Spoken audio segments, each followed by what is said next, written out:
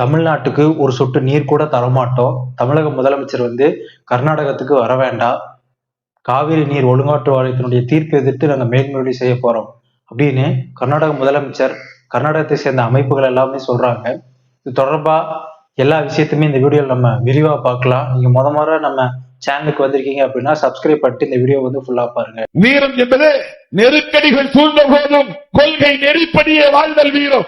அதாவது தமிழகத்துக்கு 4.5 டிஎன்சி தண்ணீரை திறந்து விடணும் அப்படின்னு காவிரி நீர் ஒழுங்காற்று வாரியம் உத்தரவு பிறப்பிச்சிச்சு. ஆனா இந்த உத்தரவை எதிர்த்து நாங்க மேல்முறையீடு போக போறோம் அப்படின்னு கர்நாடகாவோட முதலமைச்சர் சொல்லியிருக்கிறாரு. அது மட்டும் இல்லாம கர்நாடகாவை சேர்ந்த நிறைய அமைப்புகள், அதே மாதிரி விவசாயிகள், நிறைய பொதுமக்கள் எல்லாரும் சேர்ந்து போராட்டம் பண்றாங்க. இந்த தீர்ப்பு தமிழகத்துக்கு சார்பா இருக்குது.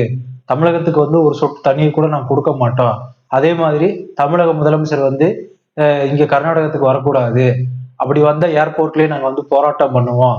கர்நாடகம் முழுக்க நாங்க பந்த் தவிர்த்திருக்கோம்னு சொல்லி மிகப்பெரிய போராட்டங்களை அங்க முன்னெடுக்கிறாங்க. அதனால இங்க பதற்ற சூழ்நிலை நிலவுது.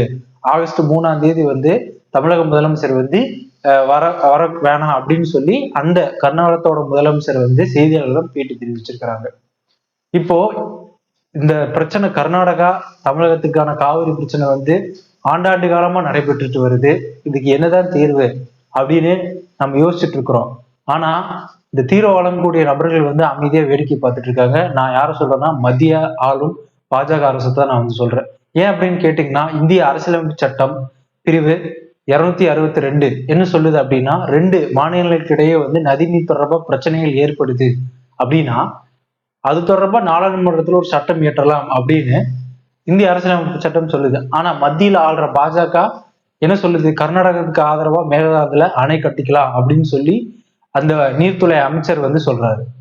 அப்போ ஒரு 2 மாநிலங்களுக்கு இடையே பிரச்சனைகளை ஏற்படுத்தி அதன் மூலியமா தன்னுடைய அரசியல் லாபம் மீட்கலாம் அப்படின்னு பாஜக நினைக்குதா அப்படின்ற ஒரு கேள்வி நமக்கு எழுது. இந்த பிரச்சனை தொடர்பா சட்டத்துறை அமைச்சரும் நிர்மல்குமார் அவர் என்ன சொல்றாரு அப்படின்னா, இந்த பிரச்சனை தொடர்பா நாங்க உச்ச நீதிமன்றத்துல முறையிட உள்ளோம் அப்படின்னு சொல்றாரு. இப்போ கர்நாடகத்துக்கு நீங்க எடுத்துக்கங்க, கேரளத்தை எடுத்துக்கங்க, தமிழ்நாட்டு எடுத்துக்கங்க, இந்த 3 மாநிலத்திலுமே காங்கிரஸ் கூட்டாவும் மெயினாவும் காங்கிரஸ் ஆட்சி பண்ணிட்டு இருக்குது. காங்கிரஸ் பிஜேபிக்கு எதிரான ஒரு கட்சி. ஆக இந்த பன்னெடுங்காலமா நடைபெற ஒரு பிரச்சனை ஒரு முடிவு கொண்டு வராம தொடர்ந்து இந்த பிரச்சனையை மிகப்பெரிய ஆக்கிட்டே இருக்கிறது பிஜேபியினுடைய முக்கியமான ஒரு வேலையா இருக்குது.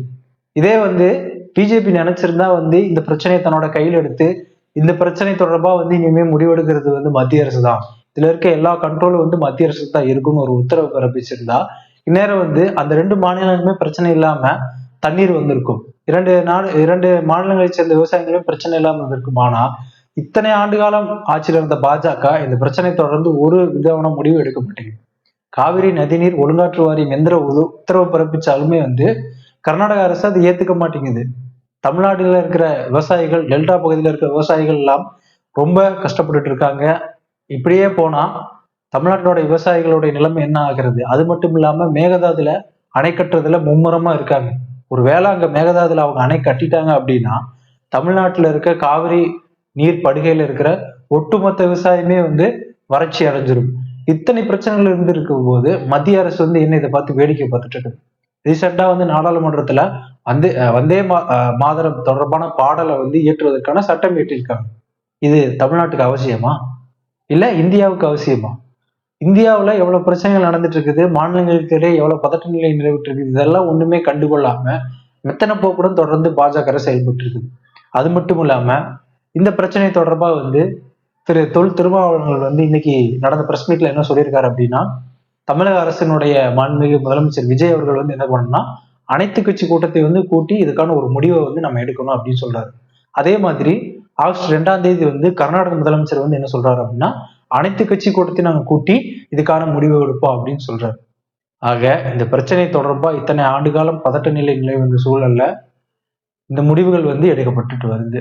ஆனா மத்தியில் ஆள்ற பாஜக இது சார்ந்து ஒரு முடிவுகளும் ஒரு அறிவிப்புகளும் எதுவுமே வெளியிடல.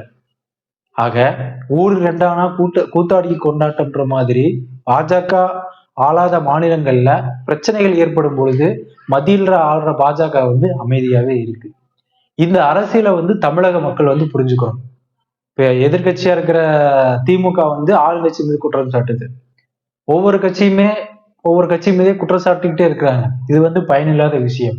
எல்லா கட்சியும் ஒரே அணியா இருந்து தமிழகத்தினுடைய உரிமையை வந்து மீட்டெடுக்கணும். காவிரி நீர் தமிழகத்துக்கு வரணும். இனி காவிரி நீர் தொடர்பா எந்த பிரச்சனையும் வந்து கர்நாடகத்துக்கும் தமிழகத்துக்கும் ஏற்படுத்தக்கூடாது. தொடர்பா வந்து இரு மாநில அரசுமே வந்து மத்திய அரசுக்கு கோரிக்கையை வச்சு ஒரு நல்ல சட்டத்தை வந்து இயற்றணும் அப்படின்றதுதான் வந்து இதுக்கான ஒரு தீர்வா இருக்கும். மேலும் இது மாதிரியான வீடியோக்களை நீங்க தொடர்ந்து பார்க்கணும் அப்படின்னா துருவ் ஸ்டார் தமிழ் சேனலை வந்து சப்ஸ்கிரைப் பண்ணுங்க.